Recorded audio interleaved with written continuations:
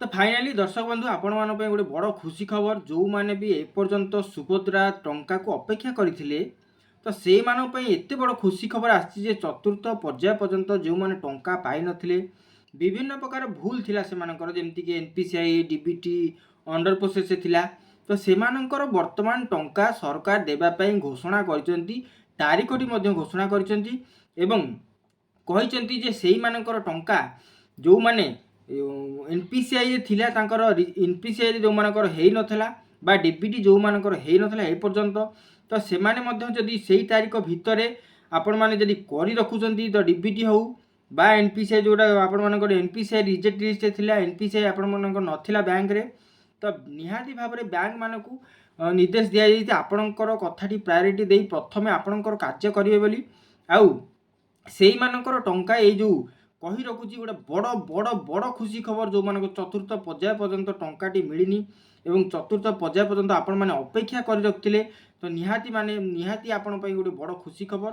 8 तारिख फेब्रुआरी 8 मानक से टंकाटी मिलवाक जाऊँगी तो से टंकाटी जाजपुर ग्रस्त जिते उपमुख्यमंत्री जीवे जाजपुर रे टंकाटी छड़ा तो निहाती भाव में आपण मैंने ये जो भूलटी रही आपण मानकर जदि ए पर्यंत भी त्रुटि सुधारी नाहांती तो निहाती भाव में बैंक रे यही 8 तारिख मध्य आज है सरस्वती पूजा 2 तारिख तो आप 2 तारिख रु 7 तारिख मध्य 5 दिन समय आम हाथ रही से 5 दिन समय भितर जब आपण मैंने जाकि बैंक रे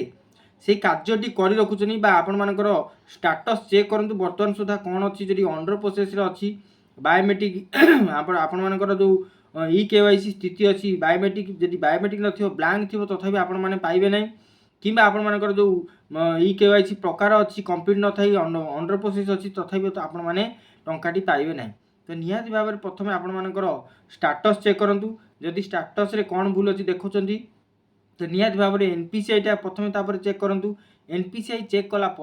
आपण मान जब सबकि अच्छी अर्थात यही अच्छी आपण मानकर ई केवाईसी स्थिति अच्छी कंप्लीट ई केवाईसी प्रकार अच्छी बायोमेट्रिक आउ स्वीकृति स्थिति अच्छी अंडर प्रोसेस तो निहाती भाव में आपण मानकर 100% ठीक अच्छी आपण माने टंकाटी चतुर्थ पर्याय जो 8 तारिख दिन सकाळू थ्रो आरंभ हो अर्थात निहाती भाव में 10टा परवर्ती समय आपण मानक टंका आपण मानक अकाउंट रे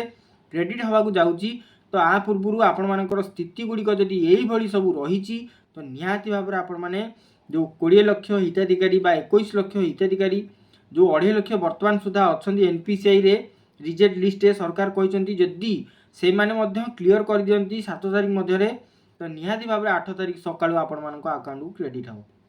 यहाँ गोटे बड़ पदक्षेप जहाँ बड़ आह्वान देते जो मानकर एपर्यंत भी क्लीयर कर पारना तो 8 तारिख जिते जानी सारे आपण मैंने 8 तारिख दिन टंका मिल तो तत्पर हो जातु आपण मानकर लोक मैंने एपर्यंत जानी ना कारण जो न्यूज रे देखिए परवर्ती समय बैंक को दौड़े नचेत जनसेवा केन्द्र दौड़े तो मुझे कही रखुच्छी आपण प्रथम मोबाइल चेक करूँ आपण स्टाटस कौन अच्छी जब एनपीसीआई रिजेक्ट लिस्ट थी बैंक करपर्यंत है तथा बैंक जाए आउ थे जोगाजोग करूँ ताहले जाए आपण मैंने टंकाटी जो चतुर्थ पर्याय टंकाटी निहाती भाव में मिल तो सरकार को यहाँ बड़ आह्वान जे जो मानकर एनपीसीआई एपर्यंत भी क्लीयर है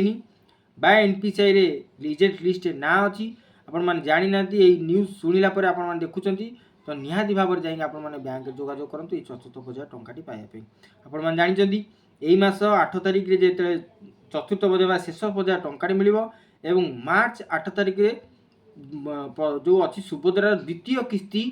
प्रथम पर्याय किस्ती मिल आपण समस्त को मिलवा जाऊँगी तो निहाती भाव में स्वागत योग्य आपण मानक अपडेट केमी लगे निहाती भाव में मत कमेंट करके जनइबे भिडियोटी भल लगी निहाती भाव में आपण मैंने सांगसाथी बंधु बांधव सहित शेयर करूँ आउ सब्सक्राइब कर बेल आइकन ऑन कर दिंतु पुनर्बार ये निश्चय भाव में आउ कौन अपडेट आसिले मुझे भिडियो पकई आपण निहाती भाव में पहुँचो तो रोचे एगुड़ा निहाती भाव बड़ अपडेट भेट नुआ एक भिडियो से विदाय दिंतु नमस्कार जय जगन्नाथ।